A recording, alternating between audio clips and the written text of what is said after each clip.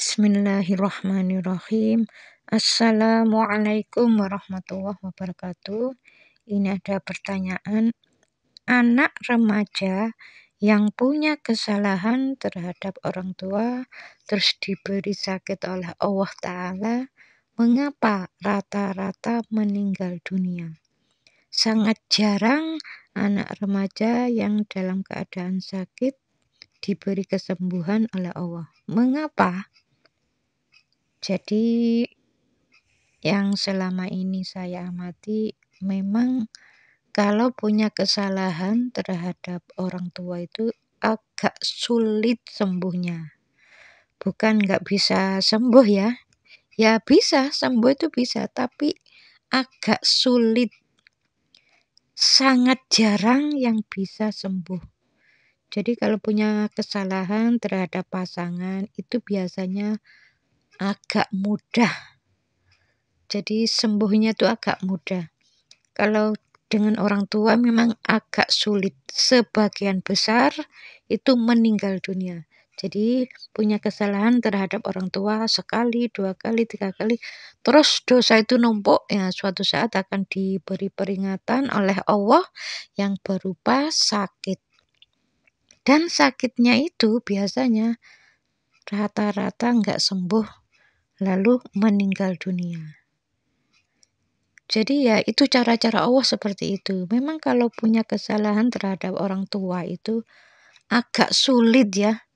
Agak sulit disembuhkan. Makanya kalau ada anak kok sakitnya tuh parah. Ya ini penyebabnya apa?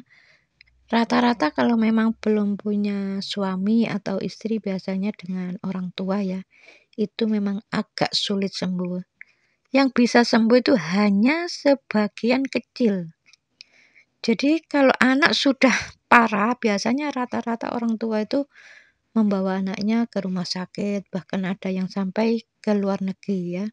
Ketika nggak puas di Indonesia ya dibawa ke luar negeri, ya masih seperti itu, masih sakit dan lama-lama meninggal dunia. Karena apa?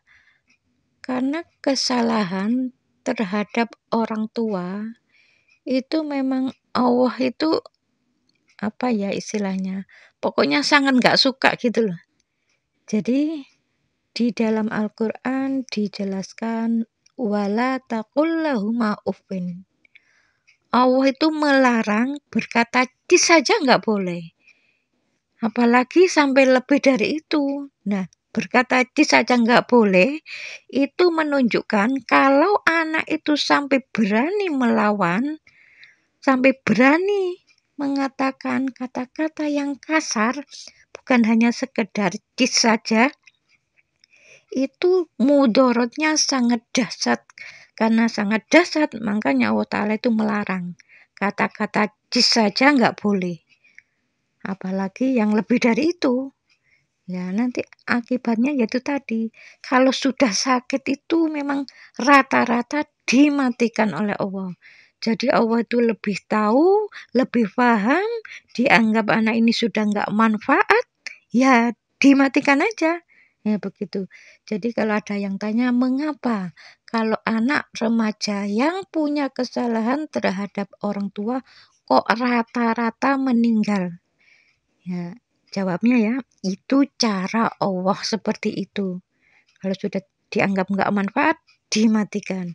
Makanya harus hati-hati terhadap orang tua. Kita ini harus hormat. Jadi orang tua itu ngomong kasar apapun, maafkan. Kalau menasihati, dengarkan. Dulu bunda itu kalau remaja yang mulai menginjak remaja, apapun yang dikatakan ibu itu saya dengarkan. Sami'na wa ata'na. Saya mendengar dan saya taat. Ya kalau sudah berbuat sesuatu terhadap ibu, terus ibu merasa tersinggung, itu efeknya tuh langsung. Itu saya rasakan. Makanya saya pernah berbuat sesuatu, misalnya ibu nggak cocok. Ibu itu cocoknya yang model begini, terus mungkin cara menyetrikanya kurang pas atau apa. Itu saya langsung minta maaf. Berulang kali, bukan 1 kali. Saya nggak menganggap remeh ya. Bahkan sampai menikah pun, saya menikah dengan Pak suami itu bukan pilihan saya. Jadi sebenarnya saya sudah punya pilihan ya, karena ini pilihan ibu. Jadi Pak suami ini kan teman ya, temannya kakak saya ya, kakak saya tuh laki-laki. Ini teman kakak saya. Kata ibu, itu loh ada teman kakakmu naksir kamu mau aja ya begitu katanya. Terus saya ini ya agak bingung juga ya, karena saya waktu itu ya nggak mencintai kok disuruh menikah dengan orang yang tidak saya cintai. Karena ini yang perintah ini ibu, saya ingat ayat wala taqul lahuma ufin. Berkata cis saja nggak boleh, apalagi berbuat sesuatu yang membuat hati seorang ibu itu sakit, makanya tidak akan saya lakukan. Jadi apa yang diperintahkan ibu, saya patuh. Sami'na wa ata'na. Saya mendengar nasihat ibu dan saya taat nasihatnya. Ya akhirnya saya menikah. Jadi saya menikah dengan Pak suami ini ya pilihan ibu. Ya mulai menginjak remaja saya memang selalu hati-hati dengan tutur kata. Pokoknya kalau ibu itu ngomong sesuatu yang mungkin menyinggung ya saya maafkan aja ya. Jadi saya sering disuruh-suruh terus kakak kok jarang itu ya saya berbaik sangka aja sama ibu. Oh, mungkin ibu itu lebih senang ya ke saya, lebih cocok. Makanya saya sering disuruh-suruh ya gitu aja. Jadi saya maafkan, saya maklumi ya. Pokoknya gak gampang tersinggung kalau ibu itu berbuat apapun. Bahkan kalau mengerjakan sesuatu pekerjaan di rumah ya, ibu pas dalam keadaan ke pasar, ya saya bantu-bantu tanpa disuruh. Setelah ini saya tunjukkan ini sudah selesai, menurut ibu ini sudah benar apa enggak? Oh yang ini benar, yang ini salah. Oh ya maafkan, maaf. Pakai bahasa Jawa ya, sepurane nggih Bu. Tapi pakai bahasa Jawa halus ya. Jadi yang pakai bahasa Jawa halus, enggak, mboten, itu saya dan kakak saya. Jadi anak ketujuh dan anak kedelapan ya. Yang anak ke-1 sampai ke-6 itu ya pakai bahasa Jawa biasa. Yang anak ke-7 dan ke-8, bunda kan anak ke-8 ya, itu pakai bahasa Jawa halus. Nggih, mboten, sampun. Ya seperti itu. Jadi saya sangat takut sekali ya dengan berbuat sesuatu yang membuat hati ibu ini tersinggung. Bahkan sampai akhir hayatnya itu di usia 90 ya. Kamu yang sering ke sini. Nggih, saya jawab begitu. Setelah pesan seperti itu, aku ini sudah tua yang sering ke sini. Nggih. Itu kira-kira dapat 7 harian baru ibu itu meninggal. Ya, mudah-mudahan video ini ada manfaatnya ya. Jadi, anak yang punya kesalahan terhadap orang tua itu memang rata-rata kalau diberi sakit meninggal dunia.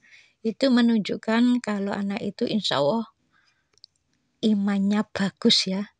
Kalau punya kesalahan terhadap orang tua di usia sekitar 40-an ke atas baru kena, berarti itu imannya agak kurang bagus, makanya ditunda. Dan biasanya rata-rata meninggal dunia. Jadi kalau ada usia di atas 40, 41, 42 itu insya Allah rata-rata punya kesalahan dengan orang tua. Ya kan biasanya kan diletakkan di remaja. Karena ini mungkin imannya menurut Allah kurang bagus ya. Kan amal baik dan amal jeleknya itu kan ditimbang. Jadi kalau nggak seimbang, masih kurang ya nanti ditunda. Sampai jumlahnya itu seimbang baru diberi hukuman kan gitu. Nah di usia 41, 42 masih muda ya kadang-kadang kena diabetes meninggal. Itu dulunya memang sering menyuruh orang tua. Ini kan dosa ya, orang tua disuruh-suruh. Jadi menyuruh makan terus enggak mau jengkel. Harusnya enggak jengkel. Kalau jengkel itu malah dosa. Karena apa? Kalau orang tua itu disuruh makan, disuruh tidur siang, enggak mau itu kan terserah ya. Mau tidur siang atau enggak terserah. Jadi kalau memaksa, apalagi itu memaksanya pada ibunya, biasanya cepat sekali kena penyakit. Jadi di usia 24, 25 sudah kena, biasanya seperti itu. Karena imannya masih kurang bagus, biasanya ditunda sampai usia 40-an. Jadi 41, kadang 42-nya meninggal, ada yang seperti itu. Jadi kalau di atas 45, biasanya rata-rata punya kesalahan terhadap pasangan.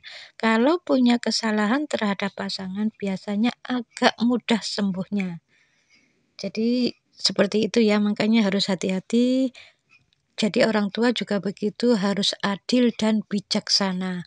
Makanya penyakit si anak ini kena kanker, kena yang macam-macam itu ya kadang-kadang ya dari orang tua. Orang tua yang sering berbuat nggak adil, yang satu sering disuruh-suruh, yang satu enggak. Ini kan anak jadi marah ya, tapi marahnya disimpan. Lama-lama muncul kanker. Jadi kalau pingin keluarga kita sakinah, mawaddah, warahmah dan sehat, si suami, si istri, si anak harus saling menjaga ya. Jangan sampai omongannya kasar, jangan sampai menyinggung perasaan, jangan sampai saling merendahkan. Ya insya Allah kalau saling menjaga ya, saling menjaga perasaan, insya Allah kalau berakhlak mulia, ya si ayah, si ibu, dan si anak berakhlak mulia, insya Allah keluarganya jadi sehat, sakinah, mawaddah, warahmah, dan sehat. Assalamualaikum warahmatullahi wabarakatuh.